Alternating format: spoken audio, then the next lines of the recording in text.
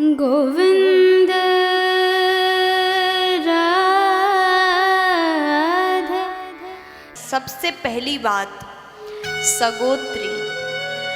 जब विवाह की बात किया जाता है तो कुंडली मिलाते हैं, गोत्र पूछते हैं, और जो आपके गोत्र हैं, गोत्र यानी जो ऋषियों के नाम से किसी का सांडिल्य होता है, भारद्वाज होता है, कान्यकुब्ज होता है, कौंडिन्य होता है, ऐसे गोत्र सगोत्री यानी एक जैसा गोत्र, एक ही गोत्र दोनों में ना हो तो विवाह कर सकते हैं। दोनों का गोत्र एक ही है तो विवाह के लिए शास्त्र ने मना किया है, सगोत्री लड़के से विवाह ना करें।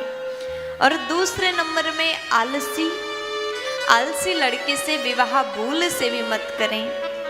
अगर आप आलसी से विवाह करोगे तो क्या होगा, आप लोग जानते ही होंगे, अब बताने की क्या जरूरत। आलसी बोलते ही आप समझ गए, पूरी स्टोरी आप समझ गए, क्योंकि आप लोग भोग रहे हैं। सभी लोग ऐसे नहीं होते। किसी घर में तो जाओ, घर को स्वर्ग जैसा बना करके रखा होता है, घर को झाड़ू पोछा, घर चमक रहा है, सुंदर सुबेरे से पवित्रता साफ सफाई नजर आता है। लेकिन कुछ घर में जाओ तो इतना ज़्यादा गंदगी। घर की महिला यदि आलसी हो तो वो घर कभी सुंदर नहीं हो सकता। भले बहुत बड़े आपने बिल्डिंग बनाया, आपने बहुत बड़ा मकान बनाया, बहुत ज़्यादा पैसा लगाया, लेकिन उस घर को रोज झाड़ू पोछा ना हो, उस घर को सजाया ना जाए तो घर कितना ज़्यादा पैसा लगाने के बाद भी गंदा ही नजर आता है। इसलिए घर की लक्ष्मी जो है आलसी ना हो।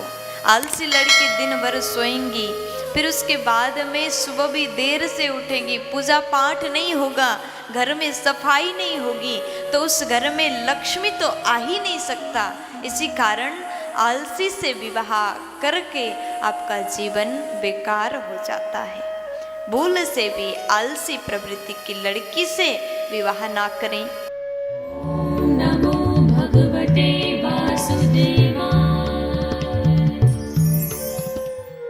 और तीसरे नंबर में कटु शब्द बोलने वाली, जो अत्यंत गलत बोलती है, जो मुंह से गाली निकालती है, जो आपको पसंद नहीं करती, आपको देखते ही गाली देने लगती है, आपके परिवार के सदस्य को कटु शब्द प्रहार करती, माता पिता को चिल्ला देती है और झगड़ा करती है, ऐसी लड़की से शादी करके आपका नाम खराब होगा। सब कहेंगे अरे उसकी पत्नी तो ऐसी है, उसकी पत्नी तो अपने सास ससुर को डांटती है। एक लड़की को चाहिए, एक घर की नारी को चाहिए, अपने से बड़े जन का सम्मान करें। वाणी से, कर्म से, मन से, वचन से बड़ों का सम्मान करना चाहिए। लेकिन घर की लक्ष्मी के मुंह से कटु शब्द निकल जाए तो उस घर में लक्ष्मी भूल से भी प्रवेश नहीं करती, फिर उस घर में दरिद्रता का ही वास होगा। आलसी प्रवृत्ति के कटु शब्द बोलने वाली कर्कशा नारी हो तो उस घर में लक्ष्मी नहीं, दरिद्रता प्रवेश करती है।